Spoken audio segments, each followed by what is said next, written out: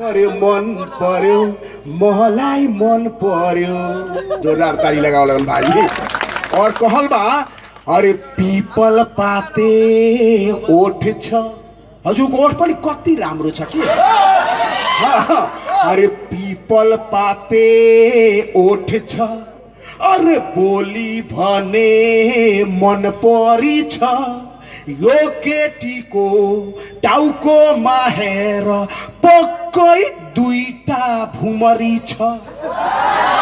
हैन कति राम्रे हमार करेजाई हमार पचौली हमार गुदगुदी हमार फोखड़ाई हमार किडनी ए हमार गुदगुदी हमार पोपो एकदम राम्रो। एउटा गीत छ मैले एउटा नेपालीमा गाएछु।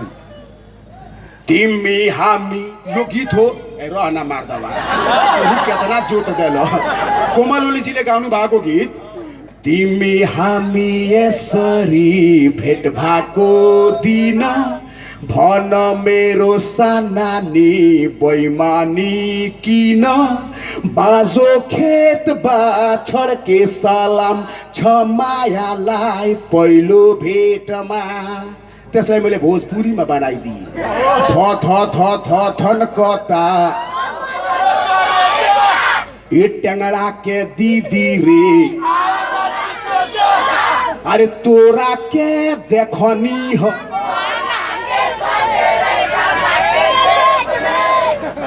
त्यो सारै गीत नेपाल र यूपी बिहारमा हिल्यो।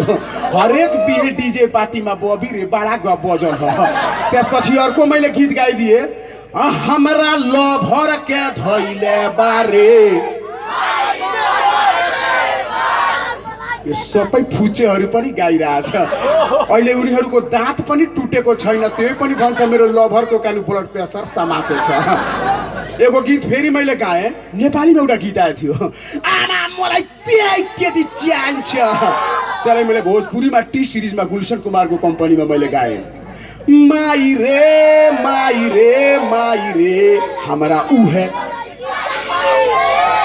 सब लैया छ। अरे वही हाँ भूखाइल खारवा कोहतिया बतिया आ खाना नाही बनल बाड़े कथी दिरे सबै गीत याद छ एकदम बबी रे सब लोग दीवाना वाले गीत ना एक मिनट एगो गीत बाजता भोजपुरी के एगो बढ़िया गीत हमार सुन ले बबी आई लोग सब ताली लगबै है। यही जो खड़ा रह बबी तू खड़ा रहबे तो हमू गायम आ तू चल गइले तो हमू चल जाए। लेकिन हमनी के खुखरी रम के कार्यक्रम में बानी सन ए साउंड साहब जय हो और टोपिया चश्मा पहनता कहीं ट्रैकवा ओके क दिया एकदम जोरदार ताली के भाई भैया हजुर पनि ताली लगाइदिनु पर्यो आलाई। ओके के है हरा बबी रे के जयली तो अरे कोट उतारे दे रे बबी शुरू को नासा जानवा होइले तनी हैलो तनी बजा दो ताली को साथ मोबाइल को पनि साउन्ड बढ़ाइ दिसो।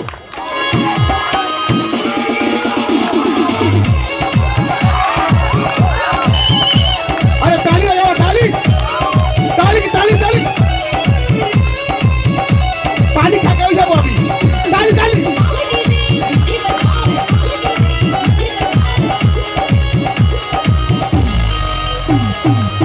देवरू तो दुबई गइले सोइया नरेला गाड़ी धोइले। देवरू तो दुबई गइले सोइया नरेला गाड़ी धोइले कि ननदो कैसे करी हम जवानवा नासा जानवा ओइले हो कि सनदो कैसे पिताई हम रतिया नासा जानवा ओइले हो। ताली के साथ भैया ए बीजा दाई और हम निकाल भोजपुरिया के मजेशी के साथ ताली के साथ